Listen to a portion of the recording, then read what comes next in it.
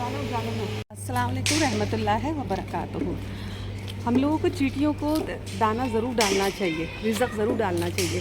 मैं रोज़ाना चींटियों को सूजी के अंदर चीनी मिला के या आटे में, आज मेरे पास सूजी नहीं थी, ख़त्म हो गई, तो मैंने आटे में चीनी मिलाई है और ये चीनी मिला के मैं चींटियों को डालने के लिए ज़रूर आती हूँ।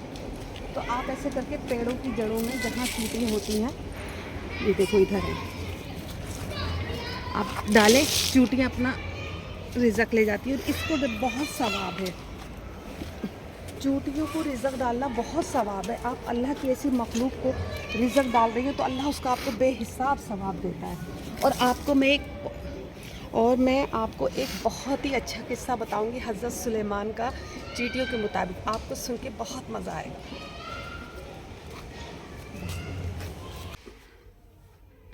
अस्सलाम वालेकुम रहमतुल्लाहि व बरकातुहू। आज मैं आप लोगों को हज़रत सुलेमान का एक बहुत ही प्यारा सा और दिलचस्प किस्सा सुनाने वाली हूँ। हज़रत सुलेमान को अल्लाह पाक ने इस रूहे ज़मीन की बहुत बड़ी सल्तनत से नवाजा हुआ था और आपको चरण परन जितनी भी मखलूक थी इस दुनिया में, उन सब की ज़बानें आपको आती थी, आप उन सब से बातें किया करते थे। तो एक दफ़ा हज़रत सुलेमान समुंदर के किनारे बैठे थे तो आपने देखा कि समुंदर में से एक कछुआ आता है और वो मुंह खोलता है और उसमें एक चींटी जाती है, फिर उसके बाद वो चला जाता है, फिर कुछ देर बाद वो कछुआ आता है। तो आपने ध्यान दिया कि जब वो चींटी उसके मुंह में जाती है तो उस चींटी के मुंह में कोई रिस्क का कोई दाना होता है। तो आप काफ़ी देर तक देखते रहे। तो आपने पूछा, जब वो चींटी वापस आई तो आपने कहा, ए चींटी, तू इतनी देर से क्या कर रही है?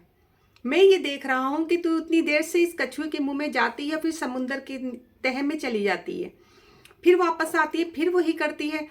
तो उसने कहा कि या अल्लाह के नबी, अल्लाह ने मुझे इस काम के लिए सिलेक्ट किया है कि समुंदर के नीचे एक सीप है, उस सीप के अंदर अल्लाह की मखलूक है और मैं उसके लिए दाना लेकर मुंह में जाती हूँ और ये कछुआ मुझे उस सीप के उस छेद के पास छोड़ देता है, जो एक बहुत बारीक सा छेद है। मैं उसमें से अंदर चली जाती हूँ और उसमें एक कीड़ा रहता है और उसके लिए वो रिज़्क़ का दाना छोड़कर मैं वापस आ जाती हूँ।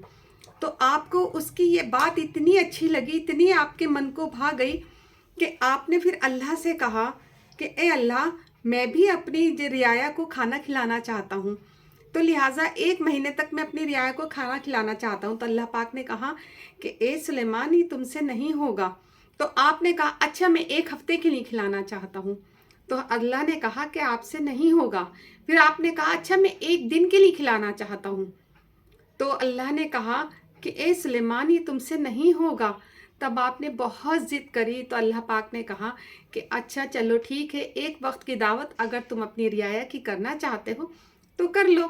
उसके बाद क्या हुआ, फिर तो हज़रत सुलेमान ने खूब तैयारियां शुरू करी, खूब सारी तैयारियां शुरू हो गई आपकी सल्तनत के अंदर। और बड़े अच्छे अच्छे जो खाना पकाने वाले थे उनको बुलाया गया और हर चरण परन के लिए, सब के लिए, चाहे वो उड़ने वाले जानवर थे, चाहे वो समुंदर के जानवर थे, सबको और दावत दी गई कि फ़लाँ फ़लाँ टाइम, फ़लाँ फ़लाँ दिन जो है हज़रत सुलेमान की दावत है, तो सबको आना है।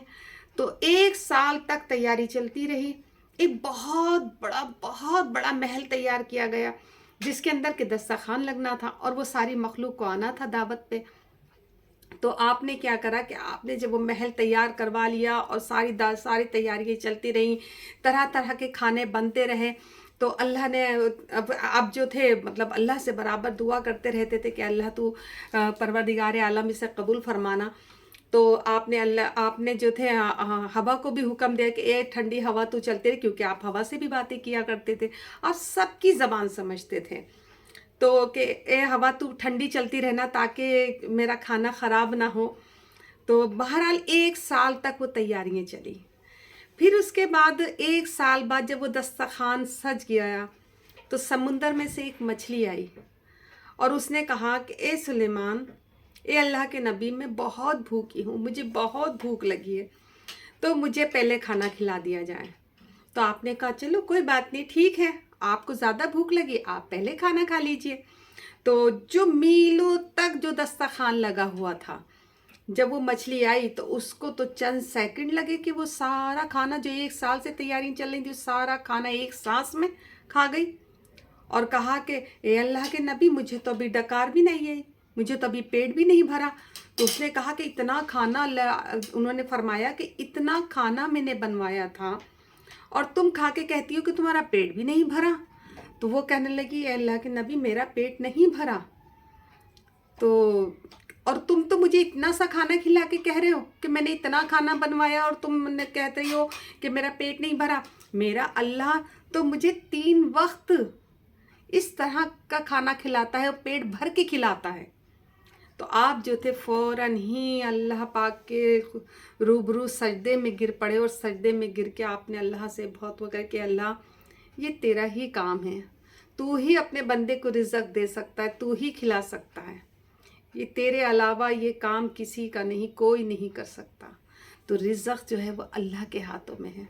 अल्लाह अपने बंदों को, कितने बंदे कीड़े मकोड़े चरन परन जिन जिन्नात जितने भी हैं और इंसान, सबको अल्लाह पाक देखो कितना पेट भर भर के खिलाता है, अच्छे से अच्छा खिलाता है, और हम फिर भी उसकी नाशुक्री करते हैं।